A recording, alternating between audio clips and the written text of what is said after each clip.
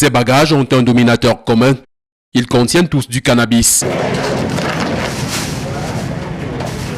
Prêts à être embarqués dans la ville de Foumban à destination de Douala, ils ont été interceptés grâce à la vigilance du responsable d'une agence de transport interurbain. Faisant suite à un renseignement parvenu à mon niveau, j'ai instruit mon premier adjoint de service cette nuit-là d'effectuer une descente à l'agence Trésor en vue de vérifier l'effectivité de cette information.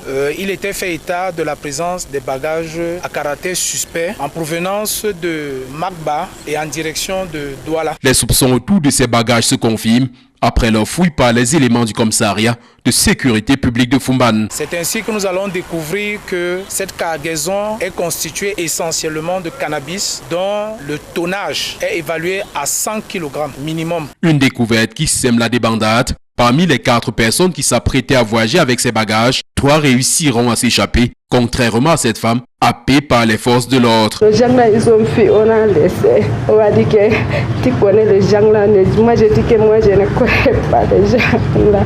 C'est ça qu'on a amené ici.